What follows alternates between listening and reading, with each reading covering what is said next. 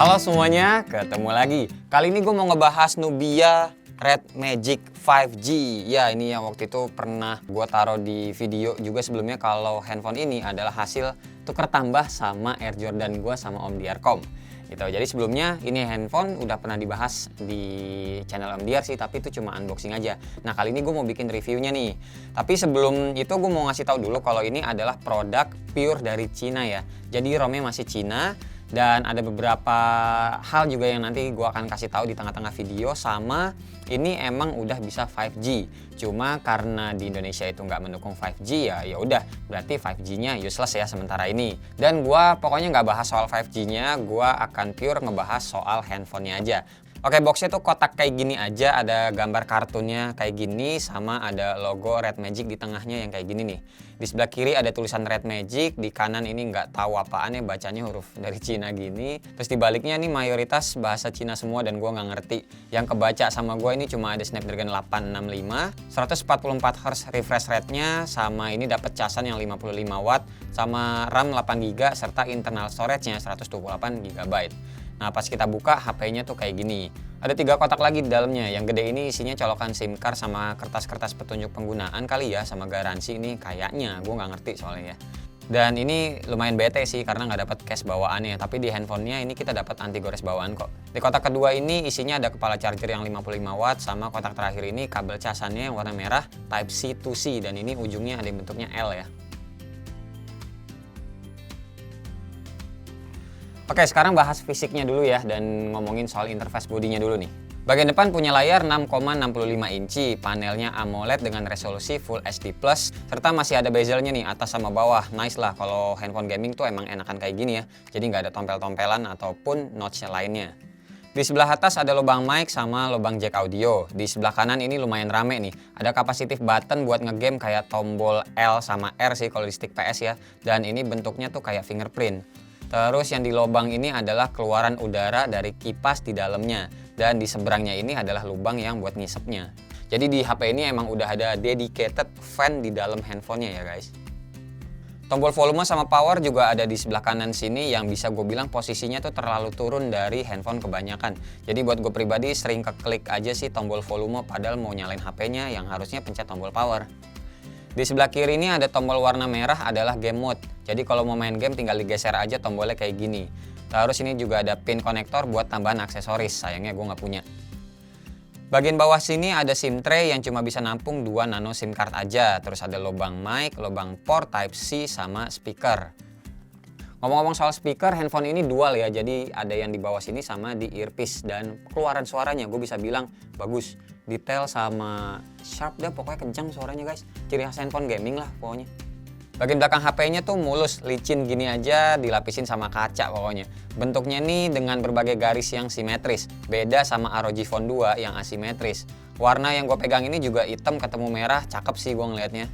Cuma kalau kita tutup mata gitu ya, pegang aja handphonenya, ini tuh kayak nggak berasa handphone gaming sih guys. Jadi berasanya kayak handphone biasa aja gitu. Ada tulisan Powered by Nubia di sini, terus ada 5G juga, terus ada tulisan Red Magic serta logonya ini yang bisa nyala RGB. Untuk UI-nya sendiri buat gue pribadi nggak ada masalah ya. Mau nurunin jendela notifikasi tinggal swipe down aja dari manapun kayak gini dan langsung kelihatan. Terus kalau menu-menunya semua tuh udah ada di halaman muka, jadi tinggal digeser-geser aja. OS-nya pakai Red Magic OS 3.0 yang berbasis Android 10. Keunggulan HP ini jelas ya, selain pakai chipset 865, yaitu adalah layarnya yang punya refresh rate 144 Hz yang berasa smooth banget. Touch delay-nya juga aman banget guys. Ini gue tes pakai Realgram aja, maininnya aman banget kayak main di iPhone sih.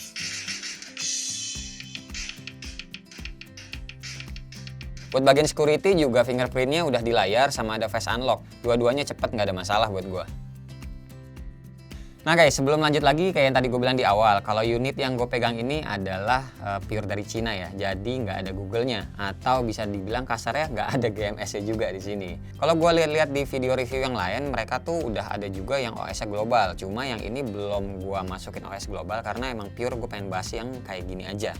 Jadi beberapa aplikasi yang berhasil gue install di sini tuh pakainya aplikasi APK pure guys. Gue udah nginstal Play Store tapi begini jadinya, mental melulu. Netflix sama YouTube juga muter-muter begini terus pas diinstal. CODM atau Call of Duty juga nggak bisa login. Sama Asphalt 9 stuck di logo Gameloft gini aja.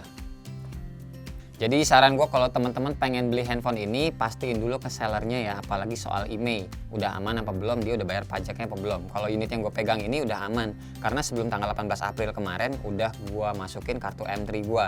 Dan pastiin juga ROM-nya itu OS itu udah global guys sama si penjualnya, jangan yang Cina kayak gini ya. Gue nginstal Antutu, yang berhasil gue dapetin skornya aja nih adalah 594.000, asli gede banget. Baterai 4500 dan gua ngetes pakai PC Mark lagi-lagi nggak bisa dan muncul notifnya kayak gini. Tapi gue dapat SOT-nya tuh 5 jam 43 menit buat gue pakai sehari-hari main game yang biasanya tuh cuma PUBG sama Clash Royale aja yang bisa. Buat entertain sendiri jadinya gue nonton Netflix sama YouTube dari browser sih selama nyobain HP ini.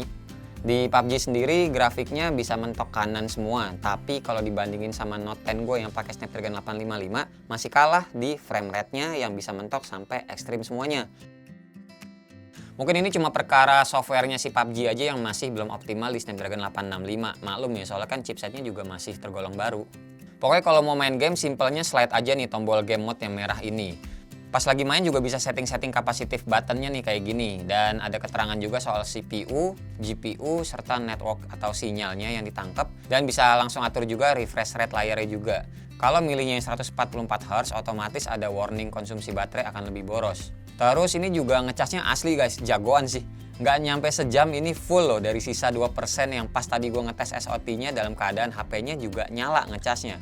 Terlebih pas dicas juga nih HP tuh dingin. Soalnya kipasnya juga ikutan muter kalau ngecasnya pakai quick charge dan kedengeran sih suara kipasnya nih.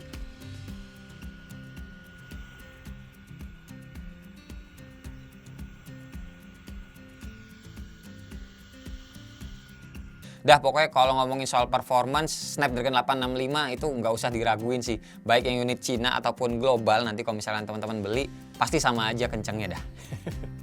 Lanjut lagi bahas kameranya ya. Kamera depan ini ada satu dengan resolusinya 8 megapiksel. Kamera belakangnya ada 3. Urutan dari paling atas ini adalah lensa makro 2 megapiksel, lensa utama 64 megapiksel, dan yang paling bawah ini adalah lensa ultrawide 8 megapiksel.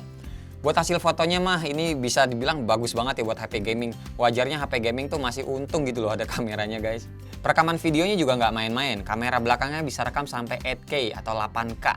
Dan lainnya bisa teman-teman lihat sendiri nih.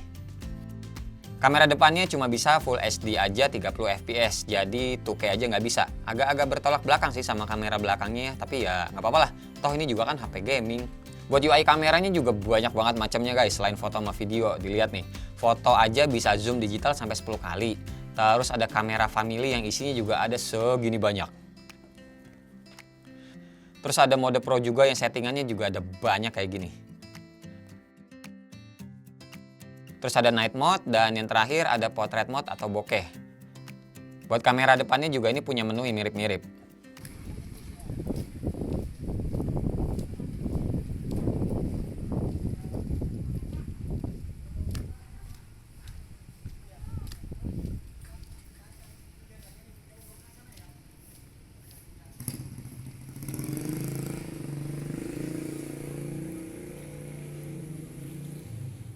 Dan ini adalah contoh video kamera depannya Nubia Red Magic 5G. Bisa dilihat gue sengaja naruhnya di backlight kayak gini ya. Warna putihnya gini teman-teman bisa lihat ngeblok banget, jadi nggak ada detail sama sekali. Dan muka gue juga kayaknya nih ada efek-efek beauty-nya, padahal ini default sih. Terus kalau yang backlightnya ini gue fokusin, tuh, jadinya muka gue nggak kelihatan guys. Jadi standar-standar aja lah untuk video kamera depannya ya. Nah kesimpulan dari gua, HP ini tuh termasuk HP gaming yang cantik ya. Sayangnya aja ini OS-nya bukan yang global. Nanti deh kelar syuting kayaknya baru akan gua ubah ke OS global biar gua lebih enak lagi nginstal game dan semuanya pokoknya. Terus tambahan juga buat teman-teman yang emang pengen meminang HP ini dan beli casing ya, saran gue pakai yang transparan aja guys. Karena yang tadi gue bilang ya, ini handphone tuh simetris dan sleek banget gitu loh. Jadi nggak kelihatan handphone gaming ya kalau misalkan beli casing yang agak ketutupan semua. Beda gitu secara fisik kalau kita megang dan ngelihat Black Shark ataupun ROG Phone 2 yang kelihatannya tuh lebih gaming banget, lebih maco gitu loh. Ini tuh gimana ya, kayak handphone biasa sih. Mendingan ditransparanin gitu jadi lebih kelihatan. Terus kalau ngomongin soal harga, ini gue dapetin dengan harga 8 juta aslinya, si Om Diar ngejualnya ke gue ya. Dengan harga 8 juta, make sure aja kalau misalkan teman-teman beli juga sama sellernya yang tadi gue bilang soal IMEI-nya gitu. Karena kalau teman-teman pengen ngerasain ya, layar sesmooth apa sih 144 Hz, sementara ini cuma ada di Nubia Red Magic 5G aja, jadi belum ada pilihan lain gitu. Tapi kalau nggak pengen banget, ya udah sih 120 Hz juga ya lumayan smooth lah. Ini 144 udah kayak us banget. Terus ya gimana, keputusan ada di tangan teman-teman pastinya ya. Dengan beberapa key point selling atau ya jualannya atau jagoannya cuma ada di Red Magic 5G ini tuh kayak layar 144 Hz yang tadi gue bilang cuma ada di handphone ini. Terus kameranya juga ternyata kita dikasihnya yang cakep, jadi bukan kamera yang asal jadi untuk sebuah handphone gaming gitu. Terus yang ketiga adalah adanya cooling fan atau kipas yang bener-bener ada di dalam handphone ini. Jadi udah nggak pakai kipas eksternal lagi kayak di Black Shark ataupun di ROG Phone 2. Jadi handphone buat gaming ini tuh bisa dibilang handphone paling dingin buat main game kalau versi gua. Beli atau enggak, pokoknya yang penting gue udah nyampein info dan semoga bermanfaat ya infonya ya. Makasih buat teman-teman yang udah nonton dari awal sampai akhir, dan seperti biasa nggak usah di like, nggak usah di share, dan nggak usah juga di subscribe channel ini kalau tidak bermanfaat. Tapi kalau bermanfaat ya silakan share juga ke teman-teman, siapa tahu nambah pahala. Gue Wasa, sampai ketemu di video selanjutnya. Bye bye. Cheers.